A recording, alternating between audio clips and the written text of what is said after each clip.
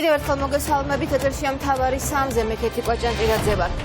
პარლამენტის იურიდიული კომიტეტის ხდომაზე ამ წუთებში პროკურორობის კანდიდატს ირაკლი შოთაძეს უსმენენ. ქართულმა ოცნებამ ივანიშვილის ფავორიტი პროკურორად მეორედ უნდა დაამტკიცოს. ხდომის დაწყების წინ ევროპული საქართველოს წევრი ელენე ხოშტარია და ნაციონალური მოძრაობის წევრი თინა ბოკუჩავა ბიძინა ივანიშვილის გამოსახულებიანი ნიღბებით მივიდნენ, რასაც ხმაური მოყვა. ოპოზიციის წევრებმა დეპუტატებს დაურიგეს ფლაიერებიც, რომელზეც იმ ადამიანების ფოტოებია გამოსახული, რომელიც მათი თქმით პოლიტპატიმრები არიან. თინა ბოკუჩავამ და ელენე ხოშტარიამ დღეს ირაკლი შოთაძეს მონა უწოდეს, პროტესტს კი შოთაძე დუმილით შეხვდა. ნათია ტრაპაიძე გვერდდება პირდაპირ ეთერში, ნათია გისმენთ. კეთი, როგორც თქვენ უკვე აღნიშნეთ, იურიდიული კომიტეტის ხდომაზე ამ წუთებში გენერალური პროკურორობის კანდიდატს ირაკლი შოთაძეს უსმენენ, რომელიც წარადგენს საკუთარ ხედვას პროკურატურის განვითარებასთან დაკავშირებით, თუმცა ცოტა ხნის წინ ხმაური იყოს ხდომაზე, სადაც ირაკლი შოთაძის დარბაზში შესვლიდან რამდენიმე წუთში დარბაზში გამოჩნდნენ ოპოზიციონერი დეპუტატები ელენე ხოშტარია და თინა ბოკუჩავა. შენც აღნიშნე, რომ მათ ეკეთათ ბიძინა ივანიშვილის გამოსახულებიანი ნიღბები და სურდათ დეპუტატებისთვის დაერიგებინათ ფლაიერები, რომელზეც გამოსახული იყო იმ პატიმრების ფოტოები, რომელსაც ოპოზიცია აღიარებს როგორც პოლიტპატიმრებს. გარკვეული წინააღმდეგობა ოპოზიციონერი დეპუტატებს შეხვდათ პარლამენტის მანდატურის სამსახურის წარმომადგენლების მხრიდან. მათ ისინი არ აძლევდნენ საშუალებას, რომ დეპუტატებს დაერიგებინათ კოლეგებისთვის ის ფლაიერები, რომელიც დარბაზში ჰქონდათ მიტანილი. ასევე დეპუტატებმა ხდომათა დარბაზში გაშალეს პლაკატი, რომელზეც ეწერა მონა. ზოგადად ოპოზიციონერმა დეპუტატებმა მთავარი გზავნილი, რომელიც უნდათ რომ მიეტანათ ირაკლი შოთაძემდე, მაინც მიიტანეს და მას უთხრეს, რომ ის არ იყო რაიმე განსაკუთრებული უნარჩვევების გამო შერჩეული გენერალური პროკურორობის კანდიდატად და მას ნიშნავდნენ მხოლოდ პოლიტიკური სიმპათიების და განსაკუთრებით ბიძინა ივანიშვილის სიმპათიების გამო და შესაბამისად ამ ნიშნით ისინი თვლიდნენ, რომ ირაკლი შოთაძე არის უბრალოდ მონა.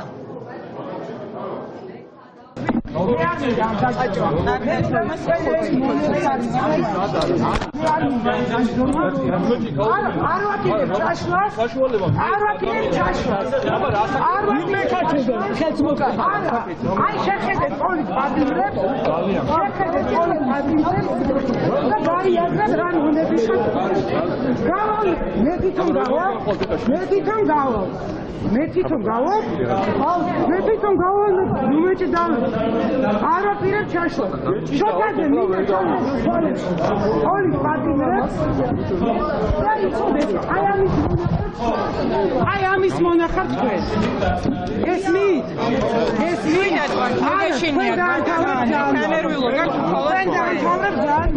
გასული რამეს ვიტყუები? აი ეს არ არის ამის მონახარი შოთაძე? და არიგეთ და მორჩა. მომეწყო დავარიგო. ამის მონა არ არის? მომეცი და დავარიგო. ამის მონა არ არის? და დავარიგო. ჩვენ დავარიგეთ, ბატონო. ნახე, რაც ხადი დავარიგეთ.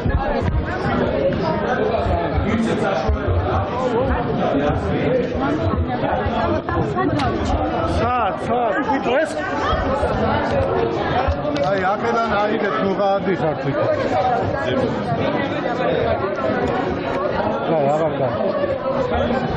ეს არიან პოლიტპატიმრები გიგი უგულავა, ირაკლი ოქროაშვილი, გიორგი რურუა, გავრილოვის პატიმრები, უამრავი პოლიტპატიმარი. უარიცი თქვენ. უარიცი ჩავები რატომ აცვია? მართლა? ვინ არის პოლიტპატიმარი? მათ შორის არც დეპუტატებთან, მაგრამ შოთაძემ ძალიან კარგად უნდა იცოდეს. როგორ გამოვეთხოვე? ძალიან კარგად უნდა იცოდეს, რომ გასაგებია, რომ ფარცხალაძის ხელით, ბოტასების ქურდის ხელით და თქვენი გამოყენებით აპირებს, რომ პოლიტიკური დევნის ინსტრუმენტად აქციოს ისევ პროკურატურა, თუმცა იგივეს აკეთებდა მანამდეც, მაგრამ თქვენი დანიშვნით ბატონო შოთაძე, თქვენ მოგმართავთ. თქვენ მოგმართავთ, ბატონო შოთაძე. თქვენ მოგმართავთ, მონას მოგმართავთ, დიახ. თქვენ მოგმართავთ. ივანიშვილის მონას თქვენ მოგმართავთ, ასე რომ ძალიან გთხოვთ, რომ მოგვისმინოთ. იცით თქვენ რატომ გნიშნავთ ივანიშვილი? არა იმიტომ, რომ სხვა მონას ვერ ნახავდა, არა. არამედ იმიტომ, რომ თქვენი დანიშვნით ხალხს ეუბნება, რომ საერთოდ არ აინტერესებს ხალხის აზრი. იმიტომ რომ თქვენ სწორედ საზოგადოებრივი ზეწოლის ფონზე დატოვეთ თანამდებობა. თქვენ სინდისიას ხორავას კუჩის საქმე, მაჩალიკაშვილის საქმე, მუხტარლის საქმე და თქვენი დანიშვნა ნიშნავს მხოლოდ და მხოლოდ იმას, რომ ივანიშვილი ხალხს ეუბნება, მას არ აინტერესებს ხალხის აზრი. დღეს გასაგებია, რომ ბიძინა ივანიშვილი შეძლებს ძალით ხელების გადაგრეხვით აი ამ მონების დანიშვნას. დღეს გასაგებია, რომ ეს ეკუთვნის ეს პარლამენტი ეკუთვნის ბიძინა ივანიშვილს, მაგრამ არ ეგონოთ, რომ რომელიმე ეს მონური აქტი დარჩება პროტესტის გარეშე. აი ეს არის მათი სახე. და რამდენი პოლიპატიმარიც არ უნდა იყოს ამ ქვეყანაში, რომ იცოდეთ. ყოველთვის იქნება გასაგებია და მიეცით საშუალება კომიტეტს რომ იმუშაოს ძალიან რა, ძალიან. ჯალათი, თქვენ ხართ მონა, ჩვენ ქვეყანაში პატიმრები, ჩვენ ქვეყანაში პატიმრები, რომელზეც თქვენ ყველა მოგიწევთ ხო აღვით პასუხი. საშუალება არ ვაპირებ ჩაშლას. არ ვაპირებ ჩაშლას. არა.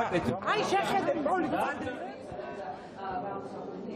ირაკლი შოთაძეს ოპოზიციონერი დეპუტატების პროტესტისთვის იმ წუთში არ უპასუხია, გენერალური პროკურორობის კანდიდატს კი დარბაზშიც და დარბაზს მიღმაც გამოეკომაგნენ უმრავლესობის წარმომადგენლები. თავად ირაკლი შოთაძემ თავისი სიტყვის დასაწყისში უპასუხა დეპუტატებს და განაცხადა, რომ ის პერფორმანსი, რომელიც მან ნახა სხდომათა დარბაზში, არ მიუღია როგორც შეურაცხყოფა, პირიქით ჩათვალა, რომ ამითი დეპუტატებმა საკუთარი სახე აჩვენეს.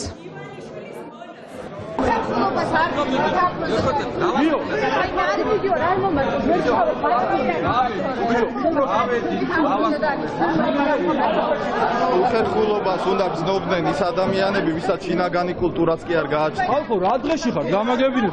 დაიღეთ კომენტარის ერებაში არ შეიძლება. ძალიან შემაწუწუნებელი იყო, რასაც უყურე.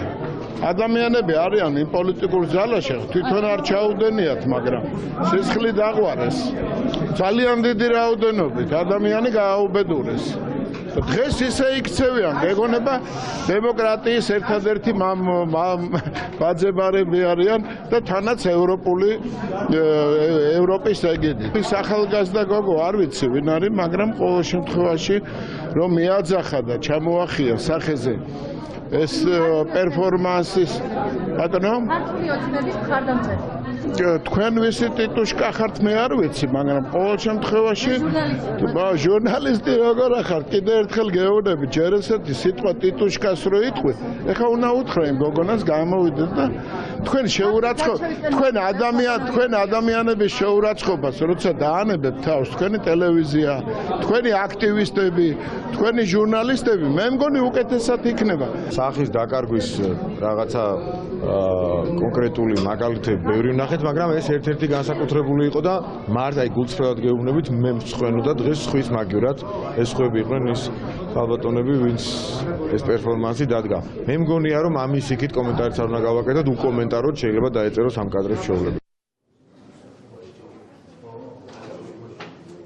ირაკლი შოთაძე კი პარლამენტში მოვიდა ზუსტად 2 საათზე, როდესაც დაგეგმილი იყო საკომიტეტო მოსმენა. ის შემოიყვანეს ავტოსადგომიდან ისე, რომ პარლამენტის ეზოში მყოფ ჟურნალისტებს არ დაუნახავთ. ამის შემდეგ გარკვეული პერიოდი, რამდენად ჩვენთვის ცნობილია, ირაკლი შოთაძე იმყოფებოდა პარლამენტის თავმჯდომარის ოთახში და სწორედ ამის მერე ამოვიდა უკვე ილია ჭავჭავაძის სახელობის სხდომათა დარბაზთან. სხდომის დაწყებამდე ძალიან მოკლე კომენტარი გააკეთა ირაკლი შოთაძემ ჟურნალისტებისთვის, ძირითადად ისაუბრა იმაზე, თუ რაზე აპირებდა აქცენტის გაკეთებას თავის შესავალ სიტყვაში და როგორ აპირებს ის გააუმჯობესოს პროკურატურის მუშაობა.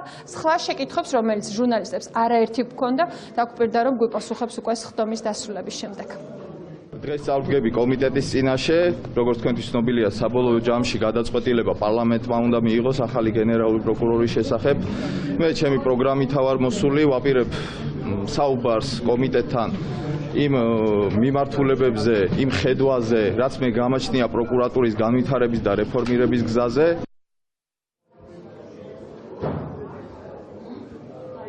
დღევანდელ დღევანდელ ხტომაზე დასწრების საშუალება არ მიეცათ გარკვეულ არასამთავრობოებს და ასევე პოლიტიკური ჯგუფების წარმომადგენლებს, მაგალითად ლელოს წარმომადგენელი საბაბუაძე დარბაზში არ შეუშვეს იმ საფუძვლით, რომ აღარ იყო დარბაზში საკმარისი ადგილები, რომ ის დამჯდარიყო და მოესმინა გენერალური პროკურორობის კანდიდატისთვის და ასევე დაესვა მისთვის შეკითხვები. საბაბუაძე ამბობს, რომ უბრალოდ ხელისუფლებამ კიდევ ერთხელ აჩვენა, რომ არც ერთი ტრიბუნიდან მათ არ სურთ კრიტიკული შეკითხვების მოსმენა, არადა ისინი აპირებდნენ, რომ დაესვათ ირაკლი შოთაძისთვის შეკითხვები, მათ შორის იმ აღიარებასთან დაკავშირებით, რომელიც მან საპროკურორო საბჭოს ხტომაზე გააკეთა და დაადასტურა, რომ ის ესწრებოდა ნამდვილად იმ შეხვედრას, სადაც ბიძინა ივანიშვილი ბიზნეს სექტორის წარმომადგენლებთან ერთგვარად საქმეს არჩევდა. ხედავთ ალბათ, რომ კომიტეტის დარბაზი გაავსეს ოდიოზური ფიგურებით, ვითომ და არასამთავრობო ორგანიზაციების წარმომადგენლებით და ადამიანებს არ გვეძლევა შესაძლებლობა, რომ კომიტეტის ხტომაზე მივიღოთ მონაწილეობა და ჩვენი კრიტიკული შეკითხვებით დავსვათ. აქ ადამიანები მოსულები არიან იმისათვის, რომ ოდები უმღერონ ირაკლი შოთაძეს და გამოუცხადონ სიტყვიერი მადლობები. ოპოზიციის მხრიდან დღევანდელ ხტომას ესწრებიან მხოლოდ ფრაქცია დამოუკიდებელი დეპუტატის წარმომადგენლები, რომლებიც აპირებენ, რომ სხვადასხვა კრიტიკული შეკითხვა დაუსვან ირაკლი შოთაძეს. ისინი ითხოვდნენ, რომ რეგლამენტში გარკვეული ცვლილებაც მომხდარი იყო და 1 საათი განესაზღვრათ მათთვის, რომ ქონოდათ კითხვა-პასუხი ირაკლი შოთაძესთან. ნახოთ, რამდენად იქნებიან უმრავლესობის წარმომადგენლებიც კრიტიკულები საკუთარ შეკითხვებში გენერალური პროკურორობის კანდიდატთან და რა პასუხები ექნება უკვე ირაკლი შოთაძეს მათ შეკითხვებზე.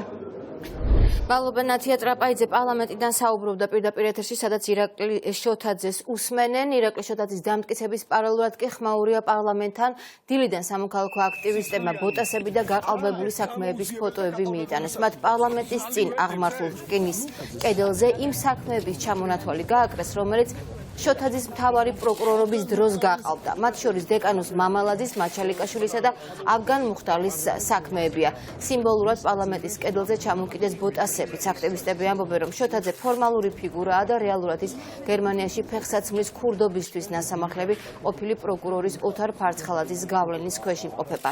და რა ხდება ახლა პარლამენტთან? რუსუდან ჯაბანიშვილი შემოგვიერთდება პირდაპირ ეთერში ამ თემით გისმენთ რუსო. ირაკლი შოთაძის პარლამენტში მოსვლის პარალელურად ხმაურიანი აქცია დაიწყო მოძრაობას შეცვალემ. მათ სიმბოლურად პარლამენტის შესასვლელთან მოასხეს აღებავი, როგორც თავად ამბობენ, იმის ნიშნად, რომ ირაკლი შოთაძის სახელზე არის არაერთი სისხლიანი გამოუძიებელი საქმე და რომ მას არანაირი არც მორალური და არც სამართლებრივი უფლება აღარ აქვს იმის, რომ მას ჰქონდეს სურვილი დაბრუნდეს მთავარი პროკურორის თანამდებობაზე. მაჩალიკაშვილის კლუბობა სარალიძის საქმე გაყალბებული იქნა, გამოუძიებელი იქნა. ნიკა გვარამიას პირადი ცხოვრების სამსახურელი კადრები გამოუძიებელი იქნა. აფგან მუხტარლის საქმე და კიდე მრავალი 10-მდე საქმეს იკლის მისი ბიოგრაფია და ბიძინა ივანიშვილს სურს, რომ ეს ადამიანი, რომელმაც კრიმინალური სისხლიანი გზა გაიარა პროკურორობის ერთი ვადიდან მეორე ვადამდე, მოიყვანოს ისევ პროკურორად, საქართველოს მთავარ პროკურორად და სწორედ აი ამას აღნიშნავს ეს სისხლიანი ნაკვალები, რომ ირაკლი შოთაძის გზა ერთი ვადიდან მეორე ვადამდე არის სისხლით მოსრული და ივანიშვილის მონები დღეს ილია ჭავჭავაძის დარბაზში იურიდიული კომიტეტი უსვენს ადამიანს, რომელიც პირდაპირ თქვათ ივანიშვილის დაკვეთების შემსრულებელი იყო და ფარცხალაძის კლანის წევრი იყო პროკურატურაში.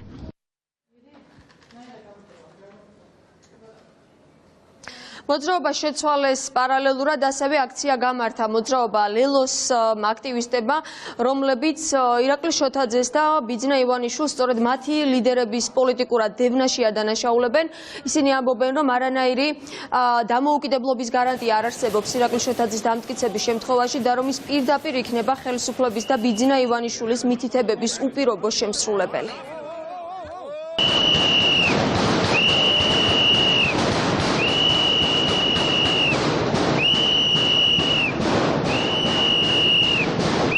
ასე მოუწევს შოთაძეს ურთიერთობა პარლამენტთან და პარლამენტ შოთაძესთან.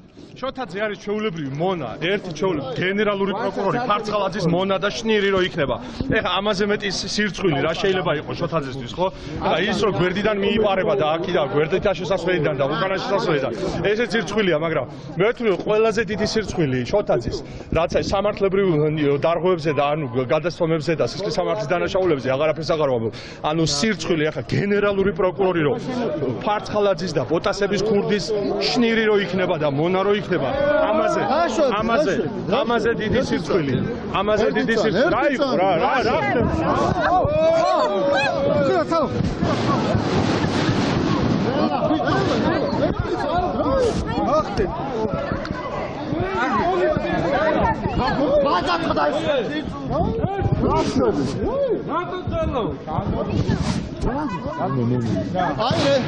რეჟიმის მონები მოვიდნენ, რეჟიმის მონებად გადაქცეული პოლიციელები რას აკეთებენ? აი ძალადობენ ჩვეულებრივად. იმიტომ რომ მოვედით და პროტესტის გამოხატვის საშუალებასაც არ გვაძლევენ. მონები არიან ჩვეულებრივი. იცავენ მონა შოთაძეს რა.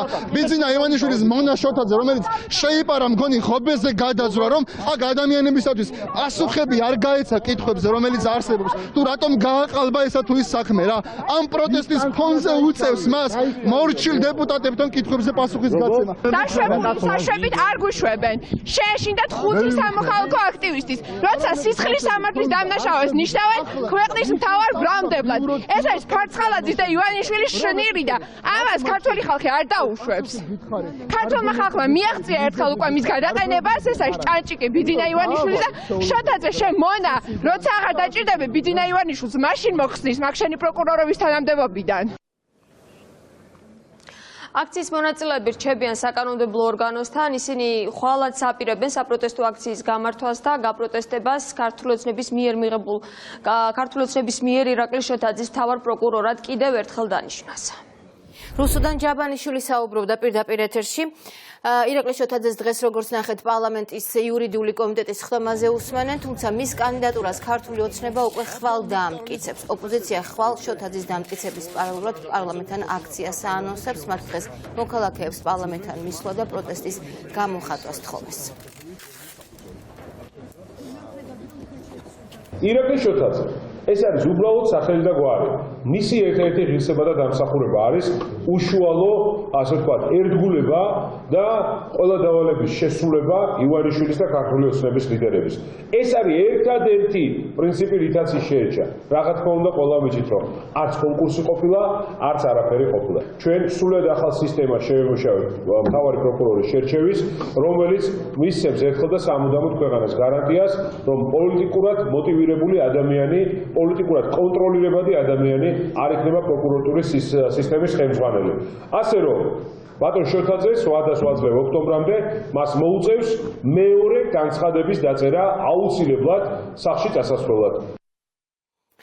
კოალიციური მთავრობა და შემდეგ პროპორციული არჩევნები. ოპოზიცია იმ გეგმებზე საჯაროდ ალაპარაკდა, რომელიც პოლიტიკურ ლიდერებს აქვთ. ოპოზიცია დარწმუნებულია, რომ ნებისმიერ საარჩევნო სისტემით წელს შემოდგომაზე არჩევნებს ქართულ ოცნებას მოუგებს და აპირებს, რომ კოალიციური მთავრობა დააკომპლექტოს, სადაც რამდენიმე პოლიტიკური ძალის წარმომადგენელი შევა. ამის შემდეგ კი ძალაუფლება ისევ ხალხს დაუბრუნოს და ვადამდელი არჩევნები უკვე სამართლიანი პროპორციული საარჩევნო სისტემით ჩაატაროს. არჩევნების შემდეგ ხელისუფლება იმ პოლიტიკური პარტიის ხელში აღმოჩნდება, ყველაზე მეტ მანდატს მიიღებს საქართველოს პარლამენტში. ამ გეგმის შესახებ ოპოზიციის ლიდერებმა მთავარი არხის ეთერში ისაუბრეს.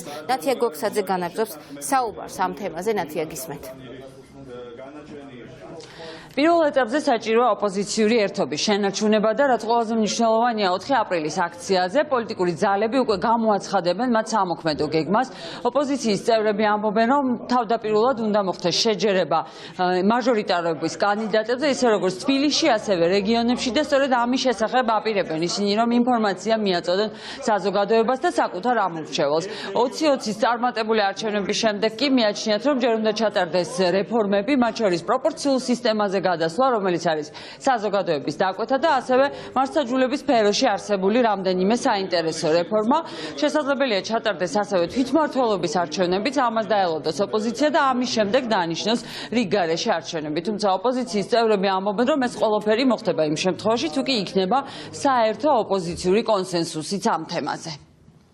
ვემზადებით ყველაზე ცუდი სცენარისთვის კი არა, ეხლა უკვე ამისთვის პირველ რიგში რომ დაჭერები გრძელდება და აი ამ სისტემით ატარებს თუნდაც ვადამდელ არჩევნებს, ამიტომ სწრაფად მოხდება მაჟორიტარებზე კოორდინირება, პირველ რიგში თბილისში ეს პროცესი დაწყებულია და შემდეგ იქნება მზადება საგრძნობი უპირატესობით მის ამ არანორმალურ არჩევნებში დამარცხებაზე ივანიშვილის გულისხმობ. პროპორციულობა შემდეგი არჩევნების და მეორე მნიშვნელოვანია, რომ ამ არანორმალურ არჩევნებში გამარჯვებულმა დემოკრატიულმა კოალიციამაც გადადგას ფუნდამენტური ნაბიჯები მართლმსაჯულებაზე. თუ ამაზე მეძე მოხერხება შეჯერება მხოლოდ კარგი იქნება, ევროპული საქართველოს ხედვა რომ სწრაფად უნდა მოხდეს გადასახადების დაწევა, ტარგეტირებული დახმარება იმასთვის, ვისაც უჭირს და შემცირება მავნებლური ხარჯების კერძო საკუთრებაზე, გარღვევის გაკეთება, ანუ რეალურად კერძო საკუთრების მიცემა ხალხისთვის, ბევრისთვის, დერეგულირება, ბევრი სხვა რამე. რამდენზე შევჯერდებით ამ მანდატით, ამ კოალიციურ მთავრობამ უნდა გაატაროს ეს რეფორმები, რომ ქვეყანა ამოიყვანოს ამ ჭაობიდან, რომელშიც ივანიშვილმა შეიყვანა. ამის შემდეგ უკვე პროპორციული არჩევნები ჩატარდეს ჩვენი აზრით, ჩემი აზრით, ევროპული საქართველოს აზრით, რომელშიც უკვე კონკურენცია იქნება, ნორმალური ვითარება იქნება, აღარ იქნება ეს არანორმალური ამბავი, რომ ჩვენ გვაქვს ეს ჭირი მოსაშორებელი პოლიტიკური ივანიშვილის რეჟიმის სახით. თანამედროვე ისტორიული ეტაპის მიზანი გახლავთ მოიცილოთ ოლიგარქია, რომელიც პრაქტიკულად ამყოფებს ტყვეობაში სახელმწიფოს, რომელმაც ქვეყანა გაიფორმა, პრიხვატიზაცია გაუკეთა და გადაიტანა ოფშორში. ჩვენ დღეს პრაქტიკულად სამშობლოში ვართ გერები. უნდა დავიბრუნოთ შვილის სტატუსი. ამის შემდეგ ახალი არჩევნების დასაშვებია და მიზანშეწონილია და სასურველია. მაგრამ რა თქმა უნდა, როდესაც პოლიტიკური საკითხები დაალაგდება, ჩვენ არ დავისახეთ მიზნად ყველაფერი ან არაფერი, ჩვენ რაციონალურად უყურებთ, ჩვენ არ ვისახავთ მიზნად ერთიან სიას ოპოზიციის, რაც არასოდეს არ ყოფილა არც რეალისტურია და არც სასარგებლო. ამასთანავე ჩვენ მაჟორიტარებში კოორდინაცია დავისახეთ მიზნად, აქაც ძალიან რაციონალურები ვართ. არ ვამბობთ, რომ არც ერთ მაჟორიტარში არ შევთანხმდებით, არც ერთ ოლქში, ან 73-ში შევთანხმდებით. ჩვენ ვარაუდობთ, რომ რამდენიმე ათეულ ოლქში იქნება საერთო მაჟორიტარი კანდიდატი საკუთარი პარტიული ნომრით. თბილისში და დიდ ქალაქებში ეს იქნება ძალიან მიახლოებული ყველა ოლქთან. ჩვენ გამარჯვება რისთვის გვინდა, კოალიციური ხელისუფლება გვინდა იმისთვის, რომ დამთავრდეს საქართველოში ერთი ლიდერის თუ ბელადის ირგვლივ შეკრებილი ხალხის ჭიდილი, მეორე ლიდერის ბელადის მიერ შეკრებილი ხალხის ჭიდილთან, რომელიც ხან წარმატებით თავდება ერთისთვის, ხან მეორესთვის, ეს უნდა დამთავრდეს. Წერობ ოპოზიციური ძალები აპირებენ მუდმივ კონსულტაციებს რეგიონებში გასვლაც, მათ შორის პიკეტირებაც იგეგმება რამდენიმე რეგიონებში და რაც ყველაზე მნიშვნელოვანია 4 აპრილისთვის უკვე მკაფიო გეგმის წარდგენას. ამ მრჩევლისთვის თუ რა იქნება მათი სტრატეგია და კონკრეტულად რომელ ოლქებში ეყოლებათ პოლიტიკურ ძალებს საერთო კანდიდატები. ნათია გლოქსაძე საუბრობდა პირდაპირ ეთერში და როგორც მოისმინეს, სრულიად ოპოზიციური სპექტრი თანხმდება, რომ მთავარია ოპოზიციური ერთობა და მაჟორიტარულ ოლქებში ერთიან კანდიდატზე შეთანხმება. ოპოზიციური პოლიტიკური პარტიების წარმომადგენლები აცხადებენ, რომ ამის შემდეგ უკვე ვითარების მიხედვით გადაწყვეტს ოპოზიცია რიგაჟრეში არჩევნების ჩატარების საკითხს. ყველაზე მთავარი, რაც დღეს ოპოზიციამ უნდა გააკეთოს, ეს არის არჩევნებამდე, არჩევნების დროს და არჩევნების შემდეგ ერთიანობის შენარჩუნება. აბსოლუტურად აუცილებელი არის ყველა მაჟორიტარულ ოლქში კანდიდატი იყოს ოპოზიციის წარმომადგენელი ერთი, რომელსაც სხვა ოპოზიციური პარტიები არ გაუწევენ კონკურენციას. მეორე მნიშვნელოვანი ფაქტი არის ის, რომ კოორდინირებულად იმოქმედონ ყველა ოლქში იმისათვის, რომ პროპორციული ხმებიც რაც შეიძლება მეტი ავიღოთ.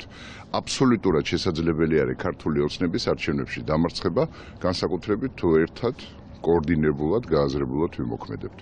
და მას შემდეგ, რაც ოლიგარქიული რეჟიმი დამთავრდება საქართველოში ოპოზიციური გაერთიანებული ფრონტის მცდელობით, შემდეგ მომავლის გეგმებს უკვე განვიხილავთ. ჩვენ ოპოზიციამ თანხმდებით აბსოლუტური უმრავლესობა, რომ მაჟორიტარულ ოლქებში უნდა ვითანამშრომლოთ. ქართული ოცნება აუცილებლად დამარცხდება შემდეგ არჩევნებში, თუმცა რა თქმა უნდა ჩვენ ბევრი უნდა ვიმუშაოთ.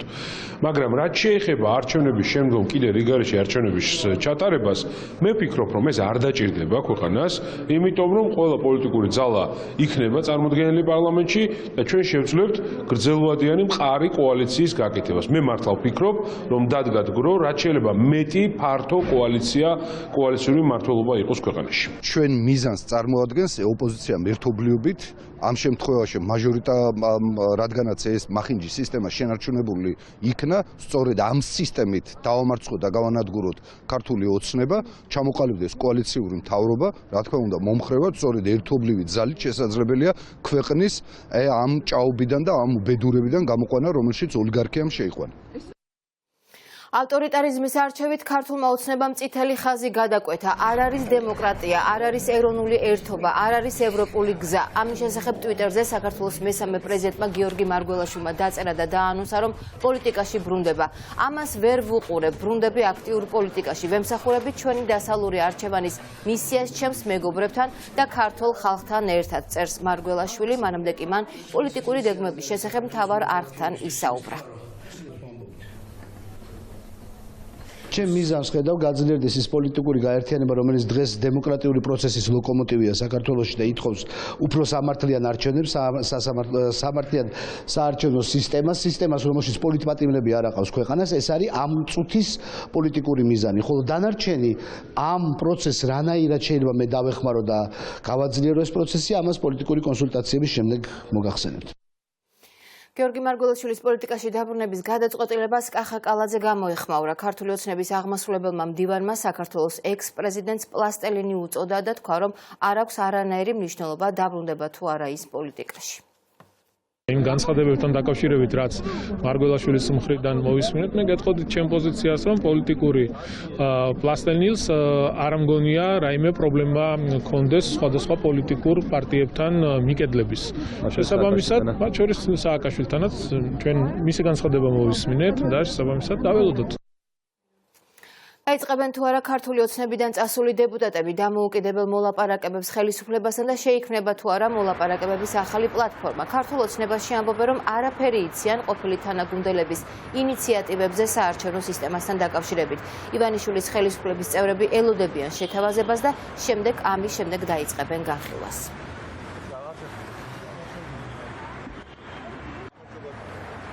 ქართულ პარტიას გვაქვს ვალდებულება, რომ გამოვიჩინოთ გონიერება და გქონდეს დიალოგი შესაბამის ოპოზიციურ ჯგუფებთან. ეს დიალოგი იცით რა ფორმატიც მიმდინარეობს, მე ვერ გეტყვი ჯორჯოლიანი ნაცვლიშვილის ფორმატთან დაკავშირებით, იმიტომ რომ ასეთი ფორმატი არ არსებობს. ამიტომ ჩვენ გვაქვს დიალოგი ოპოზიციურ ჯგუფებთან, საერთაშორისო ორგანიზაციების და ჩვენი პარტნიორების მეშვეობით. ამიტომ ჩვენ ამ დიალოგის ფორმატში თუ ვინმე რაიმე პოზიციას წარმოადგენს, გვექნება მსჯელობა. თუმცა ჩვენი შეთავაზება იცით რაც არის 150-ზე შეთავაზება, ეს არის ასე ვთქვათ, კეთილი ნება მართველი გუნდის მხრიდან გამოთქმული, გადადგმული ნაბიჯი, რომელსაც ასევე ჭირდება ადეკვატური მიღება და მიმღეობა ოპოზიციის მხრიდან, სამწუხაროდ ოპოზიციის მხრიდან ჩვენ ამას ვერ ხედავთ ასეთ ნაბიჯებს, ასე რომ თუ კი არ იქნება შემოთავაზებაზე თანხმობა, რა თქმა უნდა, დემოკრატიული წესით, ისე როგორც ეს არის კონსტიტუციით განსაზღვრული, ჩატარდება არჩევნები. ხელისუფლებასთან მოლაპარაკებებმა შესაძლო ახალი ფორმა მიიღოს. ქართული ოცნებიდან წასული დეპუტატები, მაგალითად ბექა ნაცვლიშვილი ამბობს, რომ ამზადებს ინიციატივას, რომელსაც შესთავაზებს ხელისუფლებას. მანამდე კი მსგავსი შინაარსის განცხადება ფრაქცია დამოუკიდებელმა დეპუტატებმა გააკეთეს და ისინი მზად არიან დათანხმდნენ 150-ზე მოდელს იმ შემთხვევაში, თუ არჩევნებში მონაწილეობა სავალდებულო გახდება. თუმცა დეპუტატების ეს ნაწილი ყოფილი თანაგუნდელების დღევანდელ წინადადებაზე აცხადებენ, რომ ეს არის ბიძინა ივანიშვილის თამაშის ნაწილი და წინა საარჩევნო ხმებით ვაჭრობა. ჩვენ თვით რომ ჩვენ გავაკეთეთ წინადადება, რომელიც არის ძალიან მნიშვნელოვანი და რომელიც არის ქვეყნისთვის, ქვეყნის მომავლისთვის სწორი. და ამ წინადადებაზე მე ველოდები და ჩვენ ველოდები, ჩვენი ფრაქცია ველოდება ყველას პოზიციას და ეხლა ვიღაცა 135-ის მაგივრად იძახის 133-ს, ეს მიმაჩნია რომ არის მართლა პოლიტიკური ვაჭრობანობა, ან ვიღაცა უბრალოდ თავის ადგილებს ითვლის, მარტო თვითონ რა შეუძლია და იმის მიხედვით ცდილობს რაღაც წინადადება დააყენოს, ან რაღაცა პირდაპირ ვიტყვი რომ გარიგება ხდება საზოგადოების ზურგს უკან ხელისუფლებასა და ოპოზიციის გარკვეულ წარმომადგენლებს შორის. თუ მოხერხდება ოცნებისა და 28 დეპუტატის შეთანხმება, ეს იქნება 120 ხმა, რაც ჭარბობს კიდევაც საკონსტიტუციო ცვლილებებისათვის საჭირო რაოდენობას. შეიძლება დაიწყოს მსჯელობა მაგალითად 115 პროპორციული და 35 მაჟორიტარული მანდატის შესახებ და მეორე მნიშვნელოვანი საკითხი შეიძლება იყოს ბარიერის მოხსნის საკითხი. იმ პროცესებში მონაწილეობ, სადაც თქვა ვიხილავთ სხვადასხვა მოდელებს, რომელიც შეიძლება გახდეს კონსენსუსის საფუძველი, მაგრამ ჯერ უნდა შეჯერდეს ყველა ამ შემთხვევაში დამოუკიდებელი დეპუტატები 150-ზე მოდელი რო ყოფილიყო, მაშინ შესაბამისად ჩვენ უკვე ღიად განვაცხადებდით, ყოველ შემთხვევაში მე რომ 150 მხარს უჭერ. ეს უნდა იყოს არა მხოლოდ ეს არ უნდა ეხებოდეს მხოლოდ და მხოლოდ ამ 2020 წლის არჩევნებს, არამედ უნდა ეხებოდეს შემდგომ არჩევნებსაც, იმიტომ რომ იმ არჩევნების სისტემის ბედის დღეს ხო გადაუჭრელია. ხონის მუნიციპალიტეტის სოფელ ჩაის მეურნეობაში სკოლა და ბაღი იწვის. ხანძარი სოფლის ბაღში გაჩნდა, ამის შემდეგ კი ცეცხლის სკოლას მოედო. რა მდგომარეობა ამ დროისთვის ხონში და მოხდა თუ არა ხანძრის სრული ლოკალიზება? ირაკლი ვაჩიბერიძე რამდენიმე წუთში შემოგვიერთდება.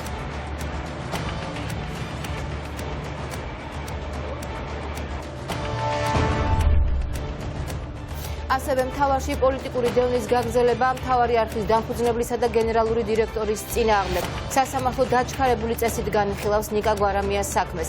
დღეს საქალაქო სასამართლოში რუსთავი საქმების განხილვა მოწმების დაკითხვით გაგრძელდება. რა ხდება მთავარი არხის დამფუძნებლის პროცესზე? ინო გაზდელიანი რამდენიმე წუთში შემოგვიერთდება. მთავარმა არხმა მოიპოვა შინაგან საქმეთა სამინისტროს მთავარი მტკიცებულება გუდაურში მოხდარ მკვლელობაზე. ეს არის სათვალთვალო კამერების ვიდეო ჩანაწერები, სადაც ჩანს, რომ მკვლელობას წინ უძღოდა 2 ჩხუბი. ვიდეო მასალაში ჩხუბის მონაწილე ყველა პირის იდენტიფიცირება შეუძლებელია, თუმცა დგინდება, რომ ფიზიკურ დაპირისპირებაში 6 ადამიანი მონაწილეობდა, მათ შორის ჩანს მკვლელობის ბრალდებით დაკავებული ყოფილი ჯარისკაცი. ჩანაწერებიდან ირკვევა, რომ დაპირისპირება დილის 6 საათზე მოხდა. კადრები მკვლელობამდეა გადაღებული, ბრალდებულ 5 ადამიანი ესხმის თავს და ფიზიკურად უსწორდებიან. ამის შემდეგ ბრალდებულმა ცეცხლსროლი იარაღიდან გაისროლა, რასაც თამაზ გორთამაშვილი ემსხვერპლა, მისი მეგობარი დავით სეთურიძე კი დაჭრილია და მცხეთის საავადმყოფოშია გადაყვანილი. მცხეთის საავადმყოფოში მკურნალობენ თავად ბრალდებულსაც. რა გახდა სისხლიანი დაპირისპირების მიზეზი უცნობია.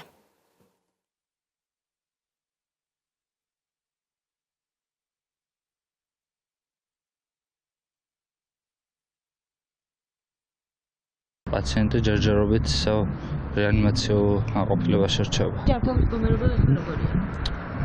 ჯერჯერობით როგორც იყო, ისევ ისეთია, არაფერი ისეთი ცვლილებები არ გვაქვს. ზოგადად ძალიან ისეთი არაკონფლიქტური ადამიანია. ვერ გეტყვით. პაციენტი მცხეთის სამედიცინო ცენტრში შემოყვანილია კატასტროფის ბრიგადის მიერ ცეცხლსროლი ჭრილობებით. პაციენტის ზოგადი მდგომარეობა გახლდათ კრიტიკულად მძიმე. პაციენტს ჩაუტარდა ქირურგიული ოპერაციები, იმუშავა ზოგადი ქირურგების და ტრავმატოლოგების ბრიგადამ, რის შემდგომაც პაციენტის მკურნალობა გაგრძელდა რეანიმაციაში. პაციენტის მდგომარეობა ამ წუთისთვის რჩება მძიმე, თუმცა მოხსნილია მართვითი სუნთქვიდან. მისი მდგომარეობა შეესაბამება გადატანილი ოპერაციების სიმძიმეს, აგრძელებს მკურნალობას რეანიმაციულ განყოფილებაში. პოლიტიკური დევნის გაგრძელება მთავარი არხის დამფუძნებლისა და გენერალური დირექტორის წინააღმდეგ. სასამართლო ნიკა გვარამიას საქმეს დაჩქარებული წესით განიხილავს. მოსამართლე პროცესებს ერთი მეორის მიყოლებით კვირაში რამდენჯერმე ნიშნავს. დღეს რუსთავი საქმის განხილვა მოწმების დაკითხვით გრძელდება. ნიკა გვარამიასთან ერთად ამ საქმეზე ბრალი რუსთავი ყოფილ ფინანსურ დირექტორს კახა დამენიას და ინტერმედია პლუსის დირექტორს ზურაბ იაშვილს აქვთ წაყენებული. რა ხდება პროცესზე? ნინო გაზდელიანი გვერდება პირდაპირ ეთერში. ნინო გისმენთ. კეთი დაახლოებით 2 საათის განმავლობაში ეკითხებოდა ბრალდების მხარის მოწმე ინტერმედია პლუსის კონტრაქტორი სარეკლამო სააგენტოს პროესკო მედიას წარმომადგენელი და შეკითხვები ბუნებრივია შეეხებოდა როგორც ვთქვათ ფინანსურ ანგარიშტორებას რეკლამებთან მიმართებით, ასევე ერთ-ერთი ეპიზოდი იყო პორშეს მარკის ავტომობილი, რომელთაც სარგებლობდა გვარამია, თუმცა როგორც მისი უფლებადამცველი ამბობს, ამ საქმეში ზოგადად დანაშაული არ იკვეთება და ეს არის მხოლოდ და მხოლოდ პოლიტიკური პროცესი. სასამართლოს დაწყების წინ სიტყვერი შენიშვნა და გაფრთხილება მისცა მოსამართლემ ნიკა გვარამიას მის მიმართ სასამართლოს მისამართით გაკეთებულ განცხადებებთან დაკავშირებით. პატრონიკა ეს თქვენ გეხებათ, რა თქმა უნდა, პირველ რიგში საუბარია სხდომის დასრულების შემდგომ თქვენს მიერ გაკეთებულ გარკვეულ განაცხადზე, რაც სასამართლოს შეფასებით შეურაცხყოფელი განცხადება იყო სასამართლოს და მოსამართლის მიმართებით. ამ ეტაპისთვის უბრალოდ მხოლოდ გაფრთხილებით შემოვიფარგლები, გაფრთხილებთ, რომ მსგავსი ფაქტის განმეორების შემთხვევაში, რა თქმა უნდა, სასამართლოს ექნება ძალიან კონკრეტული რეაგირება. ამ კვირის განმავლობაში 3 პროცესია, რაც ცხადია, რომ არ არის ნორმალური მოვლენა და დემონსტრირებას აკეთებს იმისა, რომ სასამართლოც ჩართულია აი ამ პოლიტიკურ დევნაში, იმიტომ რომ შეუძლებელია მოსამართლეს ჰქონდეს 57 მსგავსი არასაპატიმრო საქმე და ამ საქმეზე კვირაში 3 პროცესი ნიშნავდეს, ეს ნიშნავს, რომ სხვა საქმეებზე უბრალოდ არ ნიშნავს პროცესებს და ასეთი პრიორიტეტი მინიჭება და დაჩქარება ისეთ საქმეში, სადაც პოლიტიკური ნება არსებობს და мотиваცია არსებობს, ცხადია, რომ ადასტურებს იმ გონივრულებს, რომ სასამართლოც რეალურად დაკავებულია პოლიტიკური დევნით. არ ველოდებით იმის დადგენას, რაც ფიზიკურად ბუნებაში არ არსებობს, იმ ფონზე მით უმეტეს, რომ წინა სხდომაზე ჩვენ წარვადგინეთ ერთ-ერთი წამყვანი აუდიტორული კომპანიის დასკვნა, რომელიც გამორიცხავს გაფორმების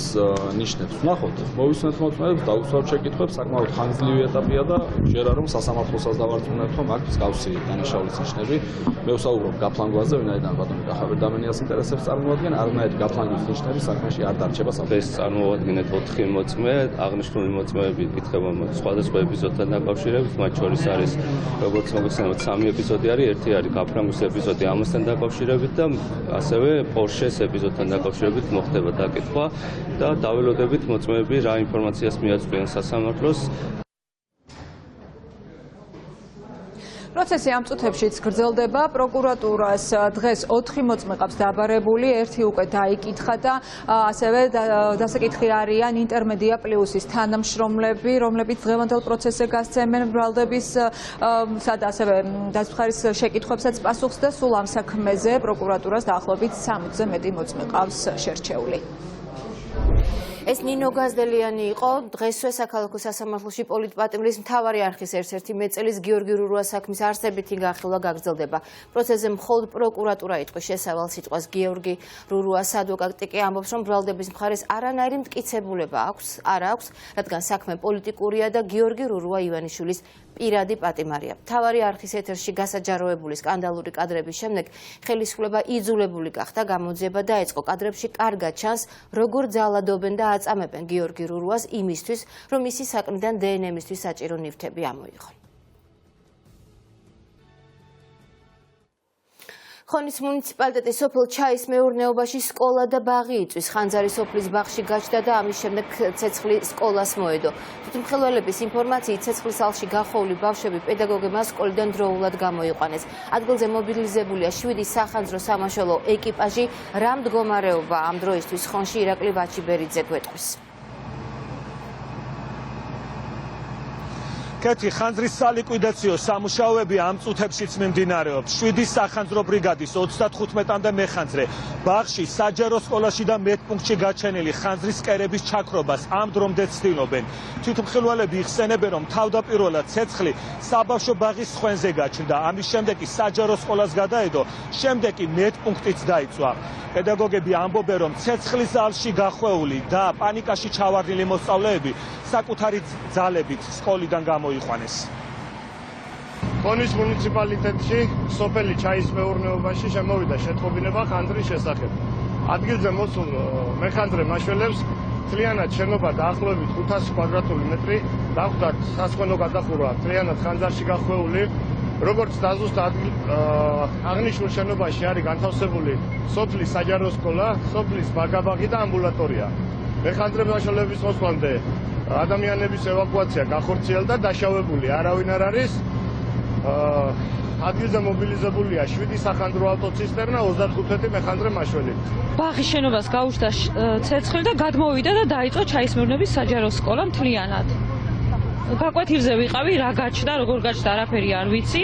ხმაური გავიგონე, გამოვედი გაკვეთილიდან, ბავშვები გამოვიყვანეთ, უსაფრთხოდ. დირექტორ შევატყობინო და გამოიყენა ცეცხლმარხვიერი რომ არის და რა ბავშვების ეხმარებოდნენ, ფეხით შეანტრია ის კარები დაკეტილი რომ იყო, ბავშვების ევაკუაცია მოვახდინეთ, გამოვიყვანეთ გარე და დაურეკეთ სახანძრო. ჩვენ რო გამოვიდა კვამლი დავინახეთ სახლიდან და რო გამოვედით, ალში იყო რა, სახურავზე იყო ასული, სავარაუდოდ საბავშვო ბაღიდან ავიდა ჭერზე, ავიდა სახურავიდან და გავცელდა ეგრევე თესკოლაზე რა.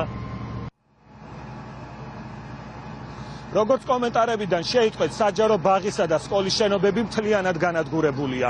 ჯერჯერობით უცნობია თუ სად გააგრძელებენ განათლების მიღებას ამ სოფელში მცხოვრები ბავშვები. მადლობა ირაკლი ვაჩიბერიძე ხანძრის ადგილიდან ხონიდან საუბრობდა პირდაპირ ეთერში. ხანძარს ქუთაისის მთავარ ბაზარში კი მოვაჭრეებისა და მეწარმეების დახლები გადაურჩა. ცეცხლი მხოლოდ ბაზრის ადმინისტრაციის შენობას მოედო. დამწვარია 100 კვადრატული მეტრი ფართობი მეხანძრე მაშულება ხანძრის ლიკვიდირება მალევე მოახერხეს ადგილზე 8 სახანძრო მანქანა მუშაობდა. დაშავებული არავინ არის, რამ გამოიწვია. ქუთაისში ჭავჭავადის გამზირზე მთავარ ბაზარში ხანძარი უცნობია. შინაგან საქმე და სამინისტრომ გამოძიება ცეცხლის წაკიდებით ნივთის დაზიანების მუხლით დაიწყო. ძალიან ცოტა ადმინისტრაციული ფართი ღმერთის წყალობით გადავჭით. დიდი წყალობა იყო, რომ ამდენი ხალხი არ დაიღუპა და არ დაზარალდა. ყველა აქ ვიყავით, მაგრამ უცებ ყველაფერი ჩაწყნარდა. დიდი საზღვაური ქონდათ მე არ ვიცი ახლა მე არა. აჭარის ტელევიზიასთან პოლიტიკური პარტიების წარმომადგენლები შეიკრიბნენ 8 პოლიტიკური პარტია მიმართავს დიპლომატიურ კორპუსს, საერთაშორისო და არასამთავრობო ორგანიზაციებს კაცრი მონიტორინგი განახორციელონ აჭარის ტელევიზიაში მიმდინარე პროცესებზე. მათი თქმით, სარედაქციო პოლიტიკა საფრთხეშია, რაზეც პირდაპირ პასუხისმგებლობა ბიძინა ივანიშვილს და ქართული ოცნების დეპუტატებს ეკისრებათ. რაც შეეხება თავად აჭარის ტელევიზიის თანამშრომლებს, ისინი გაფიცვას გეგმავენ, ჟურნალისტები ვარაუდობენ, რომ ბორცს და ტელევიზიის ხელმძღვანელს უკვე ყავს შერჩეული საინფორმაციო სამსახურის ისეთი ხელმძღვანელი, რომელიც არ გაანაწყენებს ბიძინა ივანიშვილს და ქართულ ოცნებას. დაიწყება პროტესტი, ну, როდის რას გადავწყვეტ ახლა დროში რამდენი ხანი გაიწელება, ეგ ზუსტად ჯერ არ ვიცით, მაგრამ ერთი რამ გვინდა ვთქვათ, რომ რაღაცა ესეთი სიტყვაზე ვენდოთ კონკრეტულ ადამიანებს, ჩვენ რომ თავისუფალი სიტყვა არ იზღუდება, რომ არავის გაშვებას არ აპირებენ, რომ რედაქტორებად რჩებიან, ჩვენ არ ვაპირებთ, იმიტომ რომ დავინახეთ სადამდე მოიყვანეს პროტესტი. ასე გვპირდებოდა თავიდან ახლად მოსული გიორგი კოხრეიძე, რომ არაფერი შეცვლიდა, თუმცა იძულების წესით, ზუსტად იძულების წესით გაიყვანა ნათია ზოიძე ტელევიზიიდან. მოუწოდებთ პირველ რიგში მრჩეველთა საბჭოს, რომ გადადგმული იქნას შესაბამისი ნაბიჯები, იმისათვის, რომ დაცული იქნას თავისუფალი ჟურნალისტების უფლებები და ინტერესები და სარედაქციო პოლიტიკაში ჩარევა არ მოხდეს და ასევე თხოვნით მიმართავთ საქართველოში აკრედიტებულ საელჩოებს, საერთაშორისო და არასამთავრობო ორგანიზაციებს, რომ მკაცრი მონიტორინგი დააწესონ ამ საკითხთან დაკავშირებით, ვინაიდან ხელისუფლების მიერ მორიგი შეტევის ტალღა იწყება აჭარის ტელევიზიას. პროპორციულ სისტემაზე ხელისუფლების მიერ ხალხის მოტყუება, ასევე მედიასთან მიმართებით განხორციელებული მოქმედებები პირდაპირ ნიშნავს იმას, რომ 2020 წლისთვის ემზადება ხელისუფლება და მას უნდა, რომ ყველა მექანიზმის გამოყენებით, ყველა საშუალებით, ყველა უკანონო მეთოდის გამოყენებით შეინარჩუნოს თანამდებობა, შეინარჩუნოს ხელისუფლება, თუმცა მე ვფიქრობ, ქართული ხალხის ერთიანობით, ოპოზიციური პარტიების გაერთიანებით შესაძლებელი იქნება ამ ხელისუფლების დამარცხება. მოძრაობა გაბედეს 6 წევრი საქალაქო სასამართლომ წვრილმანი ხულიგნობის ნაწილში გაამართლა, პოლიციისადმი დაუმორჩილებლობაზე კი გაფრთხილება მისცა. საქმე ეხება 3 თვის წინ სახელმწიფო უსაფრთხოების სამსახურთან სამოქალაქო აქტივისტების აქცია პერფორმანს, როცა გაბედეს წევრები ექიმ ვაჟა გაფრინდაშვილის გასათავისუფლებლად ხელისუფლებისგან პასუხს ითხოვდნენ. აქცია პერფორმანსით გაბედეს წევრებმა დღესაც გააპროტესტეს ქვეყანაში მიმდინარე პროცესები, მათ სასამართლო შესასვლელთან ქართული ოცნების დროშა გაშალეს.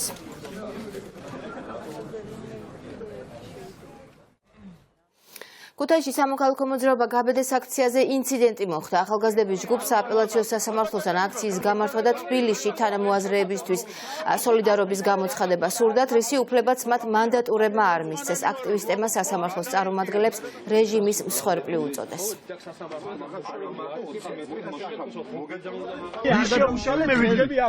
მოქალაქეებს შეუშალეს სასამართლოს შესაძლებლად. ეხლა კონკრეტულად ვინ ჩამოვინგის? ახლა გადავიდეთ მე რატომ არ აძლევთ? დაკეტილი არის, ჭიშკარი ხალხი ვერ მოძრაობს. და აქცია და იგივე მდგომარეობა იყო და ახლა არა მოგვაქვს 20 მეტრის რადიუსი. არ მივიდა 20 მეტრის რადიუსი. იმიტომ რომ არა აქედან. გეუბნებით, შეკრებების და მანიფესტაციების შესახებ კანონის მე-9 მუხლის თანახმად სასამართლო შენობიდან 20 მეტრის მოშორებით შეგიძლია ჩაატაროს. შენობიდან და არა ღობიდან. შენობაში ითვლება ესეც, ბატონო. შენობაში ითვლება ღობე შენობა. ღობე შენობა. გამოსასმის თუ რა? ღობე შენობა. ბატონო, ღობე შენობა. შემოსასვლელია ჩემი სასამართლოში, რომელშიც შემოდიან მოქალაქეები. მიიწია ცოტა და ჩაატაროს. სასამართლოს ცველები, ხელის ბიჭები, ჩვეულებრივი სასამართლოსი გამოდიან და მშვიდობიან საპროტესტო აქციას 5 წუთიან პერფორმანსის სახით უკრძალავენ გაბედეს წევრებს, რაც არის კანონის დარღვევა და პირდებით ბიძინა ივანიშვილს, რომ მისი ხელისუფლება მალე დასრულდება და ესეთი პოლიტიზირებული სასამართლო აუცილებლად დარჩება წარსულში. როცა 2 თვის წინათ ზუსტად აქონდა აქცია, მაშინ არ ვთქვიათ არაფერი და თურმე ეხლა გამოვიდა კანონი თურმე რომელიც ყოფილა, რომ 20 მეტრით უნდა მოვშორდეთ. თანაბ თვითონ ვერ ამბობ, რომ შენობას უნდა მოშორდეთ და შენობას მოშორებული ვართ. ეხლა მე გადათქვეს, რომ აი ღობეს უნდა მოშორდეთ და სად ღობის იქეთ ზაჯვარედინი არის და გზა არის, წალი არის და შუა გზაში ხوار გავაკეთეთ აქციას. მე ჩვენს დაგვიჭერენ ალბათ გზის გადაკეთვისთვის, როგორც ჩვენი მეგობრები ზებრაზე ინტენსიური გადასვლისთვის დაიჭირეს და დღეს აქვს სასამართლო. რესტორანი ბუდაპეშტის სასტუმრო ბუდაპეშტის ნაცვლად ინვესტორი თბილისის მერიას ახალ კომპრომისულ ვარიანტს თავაზობს. ხანგრძლივი დავის შემდეგ სასტუმრო ბუდაპეშტის წარმომადგენლებმა კალადის უწყებას ვაკის პარკის ტერიტორიაზე 1958 წელს აშენებული რესტორნის აღდგენის წინადადებით მიმართეს. ეს გადაწყვეტილება ინვესტორმა მას შემდეგ მიიღო, რაც მერიამ ვაკის პარკის რეაბილიტაციის გადაწყვეტილება მიიღო. სასტუმრო ბუდაპეშტის წარმომადგენლები ამბობენ, რომ მერია ამით 6 მილიონი დოლარის საკომპენსაციო თანხას დაზოგავს და მესაკუთრის სამართლებრივი უფლებებიც დაცული იქნება. ვინა მიმართოთ ქალაქ თბილისის მერიას ინიციატივით, კომპრომისული ინიციატივით, რომლის შედეგადაც ამ ტერიტორიაზე სასტუმრო ბუდაპეშტი აღარ აშენდება. ჩვენ ყველამ ვიხილეთ მერიის პრეზენტაცია ვაკის პარკისა და ისტორიული კასკადის რეაბილიტაცია აღდგენასთან დაკავშირებით და ჩვენს გვინდა მივიღოთ მონაწილეობა ამ პროცესში. ამ პროცესიდან გამომდინარე ჩვენ ვთავაზობთ აღავადგინოთ ისტორიული შენობა, რომელიც 1958 წლიდან იდგა ამ ტერიტორიაზე, ზუსტად იგივე სიმაღლის და ზუსტად იგივე ფასადით. ეს რესტორანი 70 წლის განმავლობაში იყო თბილისელების შეკრების ადგილი და არავის არ აწუხებდა, არავის არ აღიზიანებდა, პირიქით იყო ეს კოლონიტური ადგილი, სადაც თბილისელები იკრიბებოდნენ. ვაკის პარკში მიუღებელია ასეთი შენობა ნაგებობების განთავსება. საუბარი იყო 9 სართულიან კორპუსზე, რაზეც ჩვენ უთხარით არა კონკრეტულ პიროვნებას. სათყოფნოს გამოვხატავთ ადგილმონაცვლეობამ დაკავშირებით და თუ მას რეალურად სურვილი აქვს რომ განხორციელდეს ადგილმონაცვლეობა, ჩვენ ამისთვის ყოველთვის ნებართვა უნდა გაცეს დედაქალაქის მერიამ. შესაბამისად ჩვენ მივიღებთ გადაწყვეტილებას იქ უნდა აშენდეს რაიმე თუ არა. ხორავაც ქუჩის საქმეზე 21 თებერვალს დასკვნით სიტყვას წარადგენს მიხეილ კალანდიას დაცვის მხარე. ადვოკატი ზურაბ თოდუა დარწმუნებულია, რომ მსჯავრდებული განთავისუფლდება სასამართლო დარბაზიდან, რადგან მისი სიტყვაში დასაბუთებულია, რომ მსჯავრდებული უდანაშაულოა და საქმეში არანაირი გამამტყუნებელი განაჩენი არ არსებობს. პირდაპირ ვაცხადებ, რომ 21 თებერვალს მიხეილ კალანდია უნდა გათავისუფლდეს სხდომის დარბაზიდან ობიექტური მოსამართლე იმას, რასაც მე 21 თებერვალს წავკითხავ, ერთ წერტილსა და მძიმესაც ვერ შეცვლის. რამე თუ ეს იქნება ზუსტი ანალიზი, ზუსტი დიაგნოზი იმისა, თუ რა მოხდა ხორავას 4 ნომერში. აქ არავითარ შემთხვევაში ძალიან შორს უნდა იყოს ყოველი პოლიტიკოსი, ძალიან შორს უნდა იყოს ყველა პოლიტიკური ორგანიზაცია თუ არასამთავრობო ორგანიზაცია, რომელსაც ხელისმოთმობა უნდა ამ საქმეზე და ფაქტები უნდა შეფასდეს სამართლებრივად. იაპონიის სანაპიროებთან მდგარი საკრუიზო ლაინერზე კორონავირუსი 450 ადამიანს დაუდგინდა, მათ შორის 40 ამერიკის მოქალაქეა. გემზე კარანტინის 3 თებერვალს გამოცხადდა, ვირუსის მატარებელი პაციენტები იაპონიის სხვადასხვა კლინიკაში გადაიყვანეს. ეპიდემიის გავრცელების მაღალი რისკებიდან გამომდინარე, ჩინეთის ხელისუფლებამ უმკაცრესი ზომები მიიღო. უხანისა და ხუბეის პროვინციაში პროდუქტების მომარაგების მიზნით ყველა ოჯახიდან მხოლოდ ერთ წევრს მიეცემა 3 დღეში ერთხელ შენობის დატოვების უფლება. კორონავირუსის საწინააღმდეგო ვაქცინაზე მეცნიერები ამ დრომდე მუშაობენ. ამერიკელი და ჩინელი ექიმების განცხადებით ვაქცინა მზად არის, თუმცა მისი ადამიანზე გამოცდა მხოლოდ ზაფხულში დაიწყება. ბოლო მონაცემებით ვირუსი დაღუპული 1770-ზე მეტი ადამიანი, 70,000 კი ინფიცირებულია. აზერბაიჯანში პოლიციის მიერ დაკავებული პოლიტიკური ოპონენტების ნაწილი გაათავისუფლეს. ოპოზიციის განცხადებით, რამდენიმე ადამიანი, მათ შორის პარტიის წევრი, კვლავ პატიმრობაშია, თუმცა გათავისუფლებულთა შორის არის იგლამ მამედოვი. ინციდენტი ცენტრალურ საარჩევნო კომისიასთან მოხდა, სადაც ოპოზიცია არჩევნების შედეგების გაუქმებას ითხოვდა. ცნობილია, რომ დაკავებული აქტივისტების უმეტესობა პოლიციამ ქალაქგარეთ გაიყვანა და მაგისტრალზე დატოვა. აზერბაიჯანში ვადამდელ საპარლამენტო არჩევნებში მმართველ პარტიამ ახალმა აზერბაიჯანმა გაიმარჯვა და პარლამენტში 70 მანდატი მიიღო. საფრანგეთში მცირე ზომის თვითმფრინავის ჩამოვარდნას 4 ადამიანი ემსხვერპლა. ინციდენტი ქვეყნის სამხრეთ ნაწილში მოხდა, მიზეზი კი უამიდობა და ძლიერი ქარი გახდა. ძლიერ წვიმებსა და წყალდიდობას მსხვერპლი მოყვა დიდ ბრიტანეთში. შტორმმა სახელწოდებით დენისი, უელსისა და ბრიტანეთის სამხრეთ ნაწილების უმეტესობა დატბორა. გაუქმებულია ასობით სარკინიგზო ავია და საზღვაო რეისები. ძლიერი წვიმები ევროპის რამდენიმე ქვეყანაში უკვე მესამე დღეა გრძელდება. სინოპტიკოსების განცხადებით უამინდობა რამდენიმე დღე კიდევ შენარჩუნდება. სირიაში ხელისუფლების მიერ მხარდაჭერილმა სამხედროებმა ალეპოს პროვინციის დასავლეთითა და ჩრდილოეთით მდებარე ყველა ქალაქი ამბოხებული მეომრებისაგან გაათავისუფლეს. სამთავრობო დანაყოფება ასევე ალეპო-დამასკოს დამაკავშირებელი მნიშვნელოვანი მაგისტრალიც დაიკავეს. სპეცოპერაციის დროს ორმხრივი ცეცხლისა და აფეთქებების შედეგად რამდენიმე ათეული მაღაზია და ობიექტი დაიწვა, ათეულობით ადამიანია დაშავებული. მთავრობის განცხადებით კონტროლის გამყარება ამით არ დასრულებულა და არმია ტერიტორიების დასაბრუნებლად ბოლომდე იბრძოლებს. და ბოლო ინფორმაცია 82 წლის ასაკში ქართველი კინორეჟისორი რუსთაველის პრემიის ლაურეატი საქართველოს სახალხო არტისტი გიორგი შენგელაია გარდაიცვალა. გიორგი შენგელაიას ეკუთვნის მხატვრული ფილმები ალავერდობა ფიროსმანი, მას ეკუთვნის ასევე მაცი-ხვიტია მიუზიკლი ვერისუბნის მელოდიები, ფილმი ხარება და გოგია, სიყვარული ვენახში და მიდიოდა მატარებელი.